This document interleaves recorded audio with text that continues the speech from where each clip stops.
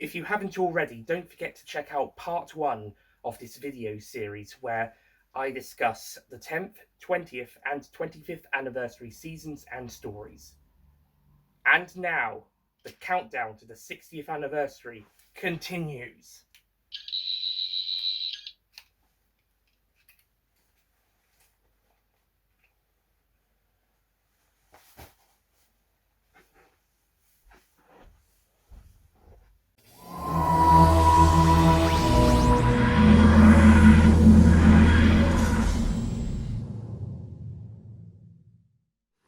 Sadly, the 30th anniversary would not get a dedicated season, as in 1990 the show was cancelled after 26 seasons. But the 30th anniversary did have a few things to offer. Initially, there was going to be a 90-minute special / TV movie that would have aired on BBC One before being given a quick BBC video release, as the Doctor Who video range was getting quite popular at the time.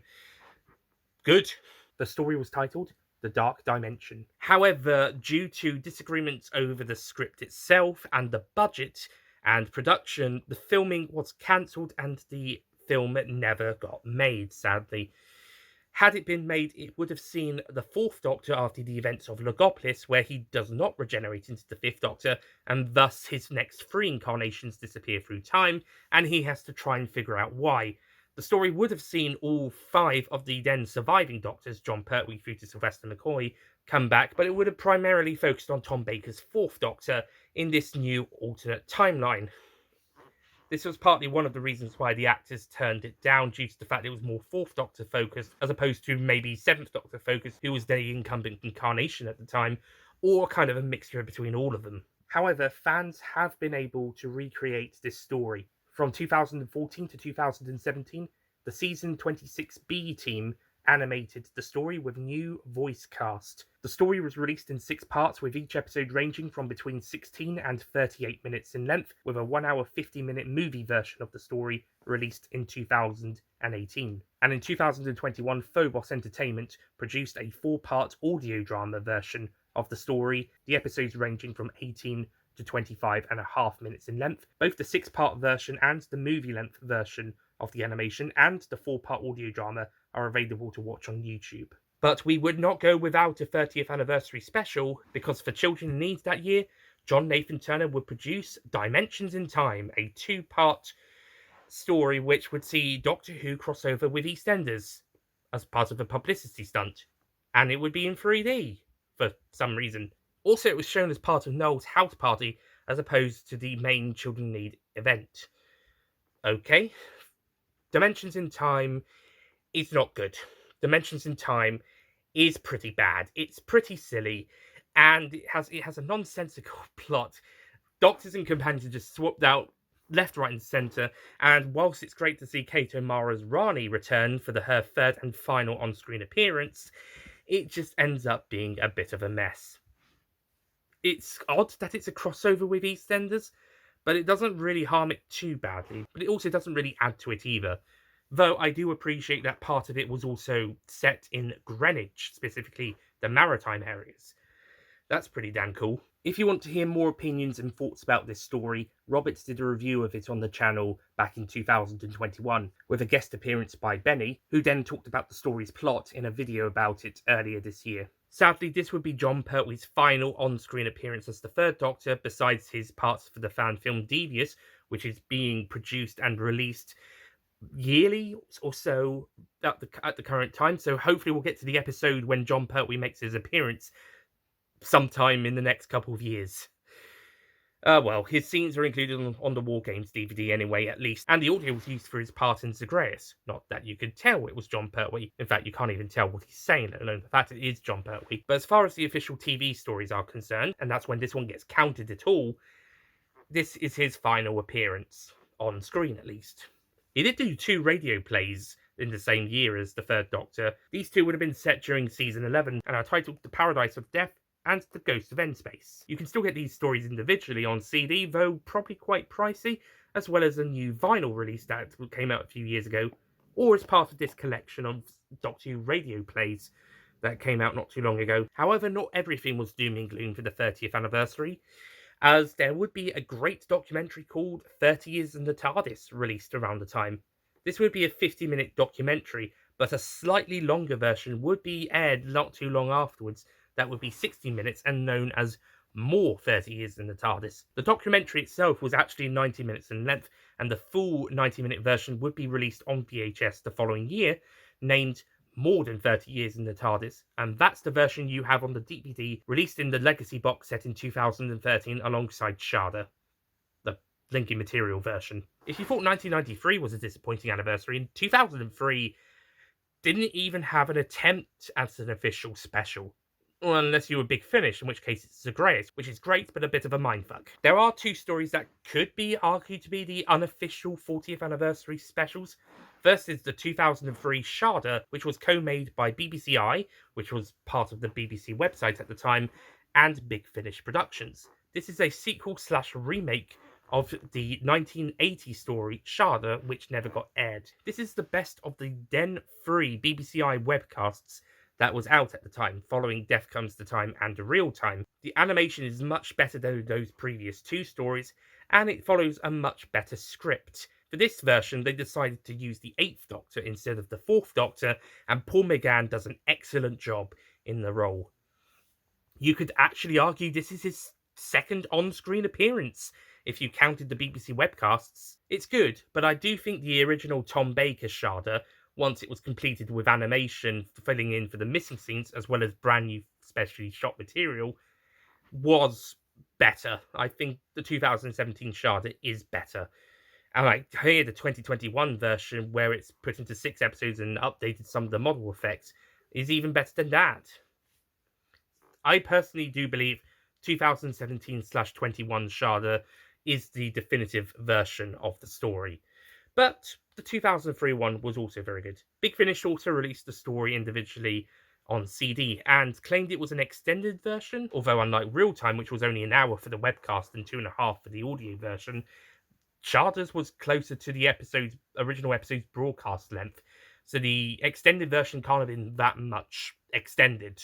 The second story, also made by BBC, was Scream of the Shauker, this time in conjunction with Cosgrove Hall, who did the animation, and not incorporating Big Finish's help. This story saw the casting of Richard E. Grant as the new 9th Doctor at the time, and the plan was to have this be the official continuation of the series, with further episodes planned with E. Grant as the Doctor. But around the time this story was in production, the news broke that Doctor Who would be returning to BBC One in 2005 under Russell T Davies's helm, and the following year, Christopher Eccleston was cast as the 9th Doctor, the official 9th Doctor.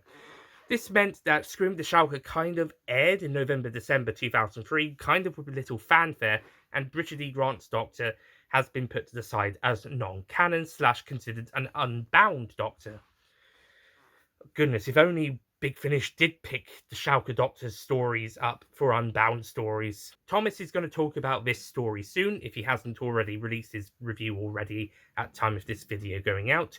So I'll leave him to talk more in depth about the story, but I know he loves this one, and Shauker's his favourite Doctor, and yeah, this is a really strong story. This is really good. It's a very good one. I recommend checking it out. See if you can get the 2013 DVD of it if possible. And it's great that it did get the 2013 DVD in the first place. That is really cool.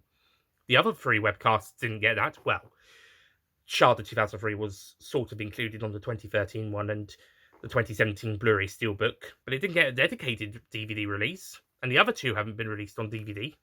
And Norse Curse of the Fatal Death, which, fun fact, Richard E. Grant played an alternative 10th Doctor in that. Rowan Atkinson was the 9th Doctor in that one. And man, he was a fantastic Doctor. Oh well, despite not having a dedicated 40th anniversary special in 2003, the new series was on its way and would return to our screens in March 2005. 8 years later, in its 2013, the 50th anniversary and the golden anniversary, the biggest anniversary to date. It may even still be the biggest anniversary.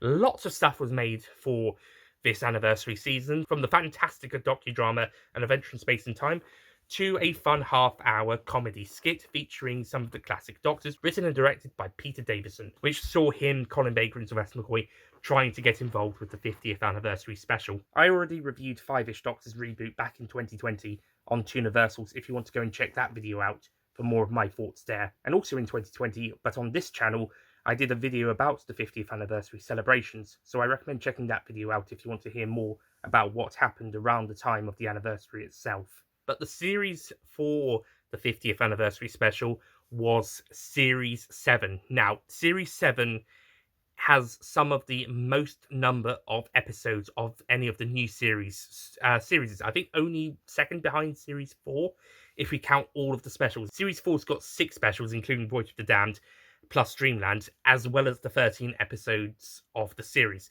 So it takes us to about 19, 20, if you count Dreamland episodes. And then Series 7 has 17, from The Doctor, The Widow and the Wardrobe through to The Time of the Doctor. 3 Christmas specials, the 50th anniversary special, and the 13 episodes. And every episode this series is a single-parter. No two-parters. It's all single-part stories. So I'm going to do a lightning round on my opinions on this season, starting from The Doctor and the Widow of the Wardrobe through to Time of the Doctor. I'll also throw in Pond Life and Night of the Doctor as bonuses. Okay, so it's worth noting this series also had a lot of minisodes and bonus short episodes, but I'm not going to cover any of those. Pond Life and Night of the Doctor are the only two because they're quite significant to the seasons, and also the best two. Otherwise, I'm just going to do the episodes themselves. So, first off, The Doctor and the Widow and the Wardrobe. I understand why people don't like this one. It is one of the weaker Christmas specials, but it's not the weakest, and it's not the weakest Matt Smith story either. It's got some nice visuals. Pond Life. This is really fun. I really enjoyed this one. Part 5 ties in with the next episode of the series, and it doesn't really do it that greatly, as we don't really see much of the argument take place between Amy and Rory. We find out why they argued in the next story, and they didn't need to explain it in this episode, but the fact that we only see Rory leaving and Amy yelling and crying afterwards is all we get before we get to the divorce subplot in the next episode, and you can watch my video about that here for more on my opinion on the Asylum of the Daleks divorce subplot. The other 4 parts, however, are really good. Asylum of the Daleks. The worst episode of the 11th Doctor's era. As well as the bad divorce subplot, it also misunderstands the Daleks, and it does everybody a bit of a disservice, apart from the Doctor himself, who is easily the best character in this episode, which sounds like a no-brainer, but that does also say something about how the other characters in this episode are treated. Dinosaurs on the Spaceship. This is really fun, really enjoyable, really like this one. A Town Called Mercy, also very good. Like this one quite a bit. The Power of Three. Pond Life, the episode, but with a bit of a disappointing conclusion. Yeah, the ending's a bit rushed. Other than that, it's a pretty solid story. The Angels Take Manhattan. Bit of a mixed bag one here. Amy gets a good exit, but Rory's is done a bit dirty. The Snowmen, the second worst Christmas special and the worst 11th Doctor one. And in case you're wondering, Twice Upon a Time's the worst one. The Pearls of St. John, Moffat's best script since A Good Man Goes to War at the time of its broadcast. The Rings of Akaten. Along with Hyde, I'm not going to talk about this one too much. It's, again, Matt and Will have both talked about this one already this year. Will on his Overlooked Writers Neil Cross video, and Matt in his Series 7 Crown Jewels video. But suffice to say, I'm with them again on Rings of Akaten. I bloody love this one. It's got its flaws, sure, but it's still a bloody brilliant story. Cold War.